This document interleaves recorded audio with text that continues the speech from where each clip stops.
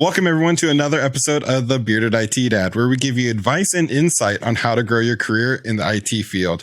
So are you looking to become a network security engineer? Well, today we have a very special guest with us. He has a wealth of knowledge to share with us today on what it's like to be a network security engineer. Please give a warm welcome to Luis Garcia. Welcome to the show. Hey everyone, how's it going? So you are a network security engineer, and you've had a really amazing journey. You've been in the field for 5 years. You started from the help desk. You've had jobs from IT security administration. But what I really like to ask you first is, what is a job? What is it like to be a network security engineer? What is the day-to-day job responsibilities? So right now, I work for CDW. I'm a network security engineer. I wouldn't say there's really a same day per day kind of changes. What my work involves a lot of doing is working with customers on projects and implementing security solutions. Like we can do stuff like firewalls, migrations, just greenfield implementations of firewalls. We got like Duo, multi-factor, stuff like that. Zscaler, working on brand new stuff, and just I can't say that every day is typical. Every day is kind of different. It depends on the customer. It depends on the requests we get every day. So 2 days are never really the same. That keeps it interesting for sure. Absolutely. And, you know, when I started out in the IT field, one of my biggest concerns was kind of being siloed off. And, you know, a lot of times when you start working for bigger corporations, you kind of get siloed off with a certain job responsibility and not to really get to see a lot of other things. But it sounds like you really get to kind of dabble in a lot of different technologies in your position. Do you kind of mind elaborating a little bit more on like the different technologies and stuff you get to work with? Yeah, definitely. So like you said, I definitely get to see new things every day, and it's different learning experiences. Help me expand my knowledge, help me skill up and learn lots of different vendors, different technologies, implementation of them, how to troubleshoot them. So one of the main things that I deal with is next-gen firewalls. So your top three guys, Cisco, you got Fortinet, you got Palo Alto. I work a lot with Fortinet. It's kind of my specialization right now, and Palo Alto is kind of my two big ones. And my job is really just to help build the practice here at CW with Fortinet, specialize in, like I mentioned, and implement the next-gen firewalls, implement all those other things like Prisma Access, you got Zscaler, that multi-factor like I mentioned before. So my hands are kind of at every little technology, and every day is something different. Like maybe one day I'm working on, like I said, Palo Alto firewall. The next day it's a Cisco firewall. It could be a Checkpoint firewall. So it kind of helps me keep my skills up to date and dabble in many things, kind of as opposed to where I used to be siloed off to this is what you're going to work on and kind of try to stay on that. And here it's like every day is something different. So it's good. You get a little bit of everything every day. Nice. So how did you learn all those skills? How did you learn to work with all the different like organizations and firewalls and stuff out there? So a lot of it really was the trainings online. Fortinet has good training. Palo Alto, Cisco, they all have their trainings online, YouTube videos, watching all of that. The main thing I would credit though, as far as like the next gen firewalls and being able to learn a lot of things, just having a server. I have a server here in my house where it's not just reading about it or seeing a video, it's actually hands-on implementation. I think that's really kind of helped me take things to a new level and help me progress a lot faster than just, I saw a video on that. That's actually having hands-on experiences definitely helped me scale up, elevate, and become a better engineer. So that's our main thing, just having hands-on. No, absolutely. Especially a lot of times when I talk to people when they're training for like an IT certification or something other like that, if you can build yourself a home lab, whether it's virtual or physical, to actually practice the skills and, not only, to see what you're doing and how, like, if you change this parameter, this is the consequences or the changes it affects on the network and stuff like that. Speaking of certifications, did you have to go out and get any certifications for your current position? Yeah. So right now, Fortinet is like I said, I specialize in, so that's why I'm certifications after. So right now I have the NSE4, I have the NSE5 for Fortinet Manager, which is, if you're familiar with Palo Alto, their Panorama equivalent basically for Fortinet is Fortinet Manager. So I have a certification in that, and I'm actually planning to take the Forti Analyzer cert on Friday to finish that NSE5, kind of similar to the CCNP where you got two parts to actually get the cert. Same thing with the NSE5 for Fortinet. So I got that cert, those two, working on the second part for NSE5. The ITIL V4 was also a requirement for my job here at CW. I knocked that out, thankfully. And after this, I'm planning to get into Zscaler, the administrator cert and then the professional certs. That's my next kind of thing. And then try to squeeze in the PCNSE for Palo Alto. Like I mentioned, it's my kind of backup technology. So get skilled up in that, get that cert, prove that I know the stuff. And then finally, the NSE 7, which kind of the CCNP equivalent for Fortinet. So that's kind of my goals for this year. And nice. Now, are these certifications that your employer required you to get, or are they encouraging you to get it, or is this just something you're interested in and want to better your career? Yeah, so the NSE 4 and the PCNSE, those are kind of two required ones as far as my job. But I kind of want to take it a step further. As I mentioned earlier, I'm specializing in Fortinet. So that's why I'm going after the NSE 5 to help build out the practice at CW, get a little more familiar, be able to deliver that Fortinet Manager product, that Fortinet Analyzer product, and then eventually that NSE 7 to get a little bit more knowledgeable in the FortiGate product, which is in the firewall Fortinet. So kind of a little bit of each, right? Some required, some I just want to get a little bit more skilled and more knowledgeable just to be a better engineer and help the company as much as I can. Absolutely. Now, as I mentioned in the beginning, you've been in the field for about 5 years now, and you've held positions anywhere from help desk to network and IT security administration. But let's talk about how you got your start in the field. What made you decide to work in IT, and what were kind of your first steps to get into that initial position? So I don't know how far back you want to go, but I really started getting into IT when I was about 8 years old, truthfully. I have a story that I bring up that I used to do what's called DNS poisoning. I didn't know what DNS poisoning was at the time, right? But I would modify the host file on my family's computer, and they would be like, why can't I go to Yahoo anymore? It's taking me to another site. So that's kind of where I really got my interest in IT. But growing up, before that, I wanted to be a doctor. I was really want to be a doctor. You know, everyone thinks that being a doctor, that's how you make it in life. And that's kind of science and all that's always interested me. But eventually kind of just fell into IT, and it's what I've been doing since I was a little kid. I love it. How did I kind of get into it as far as job?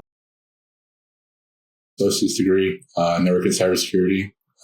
From there, I got an internship. And at that internship, I actually met somebody that recognized me. I used to sell ice cream from a cart, so I'd go to different events and I'd push that cart, you know. Probably seen them, some people like that selling ice cream at events. That's what I used to do. And actually, it turns out that there was a softball tournament, sorry. And one of the coaches there recognized me, and he asked me, why haven't you been coming to the internship anymore? You know, we miss you with what's going on. Kind of gave me his number, told me to keep in touch. And from there, that was where I got my first opportunity. It's kind of crazy. I went from selling ice cream to now I'm helping, helping people there in the help desk. It was a big change. It's crazy. That's amazing, and that's such a relatable story, I think, for a lot of people. You know, I worked a lot of production jobs. I was a bulldozer operator in the past. I jumped from being a bulldozer operator to entering the IT field because I had a huge passion for it. You know, back in high school, I was on robotics team. My high school offered a CCNA course. So I kind of always had a passion for it, but I didn't really know where to start, and finally just kind of took that leap of faith to make that change and, you know, kind of advance my career. So, what do you enjoy most about your current job? Like, what do you like every morning, you know, you wake up and excited to do at your current job? I think the best part for me is helping the customers. I love helping customers and ensuring that, you know, whatever issues they have or whatever projects they want to do or implementations they want to bring in, I can help them successfully do that. If they want to move from this firewall to that firewall, if there's an issue that they're having trouble with, like a VPN issue, for example, if I can help them, I think that's what makes me happiest and makes me enjoy my job, just being able to help these sometimes big companies, sometimes small companies, but just to help the customers out and just being able to help solve these complex issues. And sometimes, you know, these issues are costing a lot of money, or they're causing problems to the company. If I can help them solve that, they're back on track and things are back to normal. So that's what I enjoy the most, to be honest, being able to help out people. It's always been something I've enjoyed. Absolutely. Now, if you were to go back and, you know, and find someone who is looking to become a network security engineer, what advice would you give them to jumpstart their career and kind of get the ball rolling to accelerate their career faster? Yeah, definitely. So for me, I think the thing that kind of accelerated me was having hands-on. So you see all these training platforms like TryHackMe, like Network Plus, learn that. Necessarily, I would take the exam, but make sure you know the fundamentals of networking, especially if you're in security. Like what I always say is that you can't secure something you don't understand, right? If you don't understand the networking portion of the network, then how are you going to secure it? How are you going to know, okay, I should block this or I should stop this, right? I should put an ACL here, for example. If you don't understand the networking part, then how are you going to secure something? So I would really dive into the networking fundamentals and try to build your networking skills to a pretty decent level, and then move over to the security side, right? Once you understand networks, you can secure it. So that's something I'd recommend. I think what really jump-started my career was, like I said, hands-on stuff and getting the certifications. So I have the Security Plus back here. That was one of the tests I took, and I got the CCNA. I think that really helped me jump-start my career. Getting the CCNA and the Security Plus got me my first security job. I was working in the SOC, so I think those two big things: hands-on experience, just having a passion to learn, and trying to be patient, right? Because these things don't come from one day to the next. You got to keep grinding, and you'll get there. I really, truly believe it. So, just out of curiosity, because I like to get everyone's opinion on this, you have a degree and you have certifications. What do you feel helped you out more? And if you had to only pick one of those two, which one would you go with? So initially, my first job, I got it because I got my associates. But after that, it was just degrees. Not degrees, certifications. I got my CCNA, got my Security Plus, AWS certs, all that stuff. I think that's what really propelled me into these bigger type of roles. I went from help desk to a security job as a SOC analyst, and then I went to eventually become a security network administrator. And one of the things that the hiring manager at that security networking administrator job told me was that he really liked that I had certs. And it kind of proved that I knew what I was talking about, kind of backed up with the interview. Okay, like this guy knows what to do and how to, work with these tools, and he'd be a good candidate. So there was really that. Certs really have helped me out. And in other interviews I've done, it's kind of been the same thing where the hiring manager will be like, okay, I like that you have these certs. It really shows you're ambitious and passionate. So I think just the certs. As far as my bachelor's, I also have a bachelor's degree. I don't think I've ever had a manager come and ask me or tell me, well, good job on your bachelor's. After I got my associates, mostly good job on your certs, good job on, knowing this or that or this technology. So it was really, I'd say the cert route. Nice. Absolutely. That's what I kind of feel like the most. I'm coming from I'm a college dropout. I never had any formal training when I got into the IFT field. I mean, I was studying for my A+ when I got my first job, but I didn't even have it yet. And as I've advanced my career, I've definitely noticed certifications tend to hold more weight in the IT field than degrees, but a lot of people have different opinions on that. So I think like WG is a good kind of mix of both, right? You get your bachelor's degree, you get your certification. So I think that's a good kind of meet in the middle type of situation. So something absolutely. Like that yeah. And maybe for also those who don't quite, they know they want to be in IT, but they don't quite know the exact role they want to be in. They really get introduced to a lot more different programs and stuff that way as well. Exactly. Speaking of that, that's one thing I always recommend to people is, if you're not quite sure of where to start, the help desk could be a great position as well. Because you kind of get a little bit of taste of everything. Do you mind talking about kind of your time you did when you first started kind of as the help desk position and, your opinion on that? Yeah, definitely. I think help desk kind of is a controversial topic right now, like to do help desk, to not do it. But I think it really, really helped me kind of expand and get more skills and just more hands-on with technology, like Active Directory. I used to manage Active Directory before I used to work and doing password resets and creating groups, GPOs, all that stuff. I was kind of a one-man army in a sense at my help desk role. Initially, I was one man for 17 sites. So it was kind of jack of all trades. Yeah, I mean, my first help desk job, I was a team of 3 for 18 sites. I couldn't imagine being, one person for 18, for 17 different locations. Yeah. So I was the first technical IT guy that they had. So it was kind of building from the ground up, but I worked in a pretty big environment. So like I had about 100 people work under me that I was kind of covering, which is a good amount, I'd say. but the sites were out of town, and so I had to drive there sometimes if there was a printer issue or this computer wasn't working anymore. But I think working in the help desk job helped me get skills with Active Directory, helped me learn about phones, PBX systems, about servers, about actually a network, how that worked, as opposed to just on packet tracer. Okay, well, I know this, and this, but having hands-on, being able to touch a switch, being able to touch a router, being able to actually, run a cable, I think it kind of really propelled me. So if it was up to me, I think I would work in help desk again. I would go back and do it again, to be honest. It really helped me propel to where I'm at right now. Absolutely. Sorry, go ahead. It really helped me propel to where I'm at right now. And all those skills that I worked on back then in the help desk still help me to this day as an engineer. So I think I would go back and do it again. Now, just out of curiosity, once you landed that help desk position and kind of got some more experience under your belt, do you find it easier when you decided it was time to move on to your next job? Was it easier to get that next position than your first one, or did you start to do just as much work, or how was that? I think getting that first, step in the field is really going to help you, as opposed to you trying to break in. I feel like it can be a little bit difficult, especially in the area I used to live in. I used to live in South Texas. IT is still kind of coming up, in the world, not all completely there. So the roles were kind of limited. So being able to get that first foot in and have an actual job and say to my next potential employer, look, I have skills. I've done this in a production network.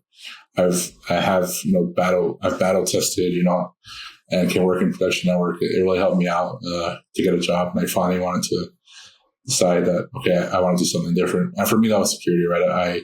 I've always had a passion for security, so that it really helped me having experience. I think it goes a long way. Well, that's an awesome story. Do you have any more advice for anyone else looking to get that start in the field and try to advance their career to where you're at? Yeah, definitely. Like I said, it's just patience. I know it's hard to be patient. Just got to really put in that work and make sure that you can stand out and you can show that in an interview, when you do get an opportunity to interview, that, okay, I can go into your organization. I can be the person you need. You don't necessarily even have to be, let's say these job recs, you see that, okay, I have 10 requirements. If you fit a couple of them, I would still apply. I don't think people should be shied out or just, discouraged by, you don't read all the requirements, right? There's companies that are going to take a chance on you. Don't be afraid. That's what happened to me, right? They took a chance on me, and I think it paid off, right? I think I did a good job, my first job. But that was definitely something I would do, just apply and try to network. I think that's been a big thing in my career, is networking with the right people, making relationships. That's going to take you farther, in my opinion, than a degree or certification. Is just making sure people, form those connections with people. It's going to take you a long way. Absolutely. I mean, that's such great advice. I give that exact same advice to everyone. It's sometimes in tech, or not sometimes, a lot of times it's not what you know, it's who you know. So having those networking connections can be a huge plus to advancing your career. And, don't be afraid to go out and start applying for jobs, because the worst they're going to say is no. And a lot of times those job postings are a wish list more than, an actual hard requirement. And I think everyone, really starts off that way. No one starts off knowing everything and being an expert. But if you know a majority of it and you can show you have some of those skills, most of the time those employers are willing to take a chance on you and, help you get that start in the field. So exactly. I agree. Now, if people want to reach out to you and ask you more questions, or want to connect with you, where can people find you? So I'm big on Twitter and Discord. It's kind of like my main two things. So on Twitter, you can find me it's NetSecWheezy. So it's network security, basically shortened. Wheezy, like the penguin from Toy Story. It's kind of my ad on Twitter. And same thing with Discord. I'm always on Discord, communicating with people and trying to help all people, trying to help, if they need advice or they need something, I can help them on. That's always what I'm trying to do.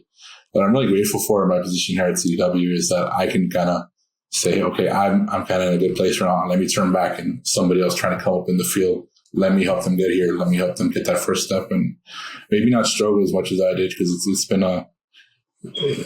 a journey for sure, trying to get to where I'm at now. So if I can help somebody out a little bit easier. Yeah, and that's the whole reason I started my YouTube channel is, when I decided I want to make the switch, it wasn't an easy battle. Yeah. And I want to give back to the community, make it easier for someone to make that change. There's plenty of people out there that are stuck at a miserable job. And it doesn't have to be that way. There is plenty of jobs in this field. And sometimes it just takes a little bit of information and a leap of faith to make that change. So, Definitely. but I really appreciate you coming on the show, and I'll make sure and link to your social media platforms down in the description below. So, all right, well, guys, well, thank you for taking the time to join us. I hope you enjoyed the video. If you haven't already, make sure and give this video a thumbs up and subscribe. And until next time, keep learning.